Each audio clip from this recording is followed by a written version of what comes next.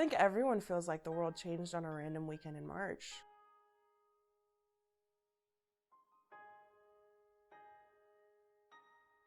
Faith in Christian cultures, how we get our salvation through faith in God, faith in Jesus. It's like the cornerstone of Christianity. I think my faith dictates my life. Like, God is our creator. He's our salvation. And I think there's like so much joy, and without that, there's just not a lot of hope. When your world is dictated by your own actions or your own accomplishments, I think that's very sad, because like we're like created for bigger things. We're created for eternity and not for just like our own accomplishments on this earth. In the beginning of 2020, I went to Winter Conference with Cru, which was a good start. I was in community and got to hear a lot of good speakers speaking about the Bible. And then the upcoming months were just normal in comparison to like a pandemic situation. And then March, we started getting word of like something coming, like it was actually, there were people getting sick in a lot larger numbers. And right before anything really came to the United States, me and my friends went on a stateside mission trip with Cru to Panama City Beach, Florida. And there we got to share the gospel with people on the beach. And we also got to hear great speakers on the Bible. And this was kind of like the best way that I could have possibly started my quarantine. So I really was looking forward to my senior year. Like, I was like, great, this is my like senior year of college. I really loved my junior year. It was like probably one of my favorite years of school. I had like hit my stride. I was doing great. And then 2020 hit. I was on a missions trip to North Africa that week of spring break, and they kind of let us know. We were sitting in like a cafe I was like totally in a different world. And they're like, okay, so JMU is shutting down for 2 weeks. And it was like, this is real now. Like, it was kind of hard to kind of place like, okay, what does this actually mean? What does this look like? And so I remember coming home and my dad picked me up. He's like, so the world's a little different than the week you left. I started out 2020 really, really well. I was really enjoying it. I went to Winter Conference during New Year's. It was nice to dedicate that time to God and be surrounded in a community of people that I like and got to grow closer to them while also learning about God.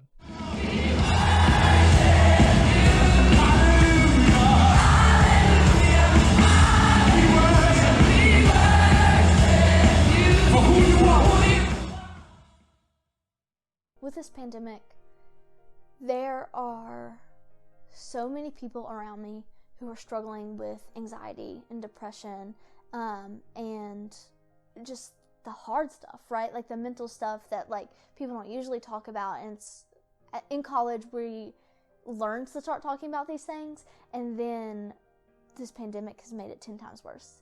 It's something every day, right? I have to help someone or do something every day, which I love to do, but it's impacted my faith, and like, God, I can't help them, right? Like, I'm trying so hard, but everyone knows anxiety is not rational, and depression isn't something you can just fix.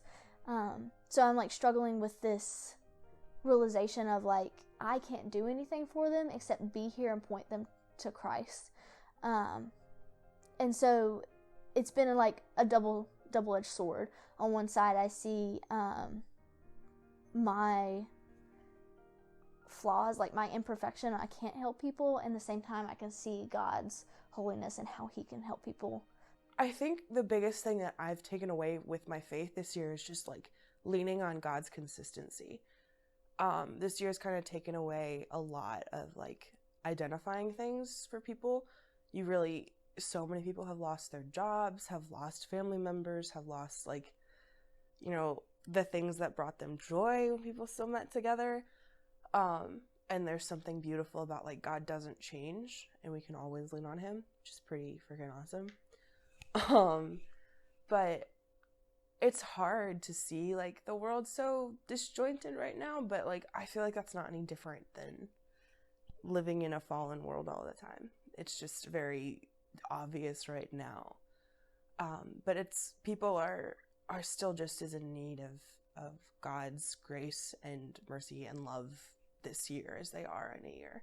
And I remember at one point when my cat was dying, it was right before finals, and there was one night when my parents and my sister and I were all looking at him, and we were like, we should have brought him to the vet. He's like, he's not going to make it through the night. Late at that night, I was like, I can't take this on top of like the pressure of finals and being stuck in my room and like all this other stuff in my life going on. I was like, oh, dear God, just like, please don't do this to me now. Just give me some more time. And I like prayed for an hour straight. I was like, I just can't do this right now.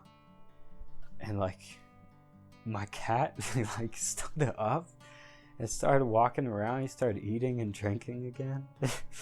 And like, it's just such a beautiful moment.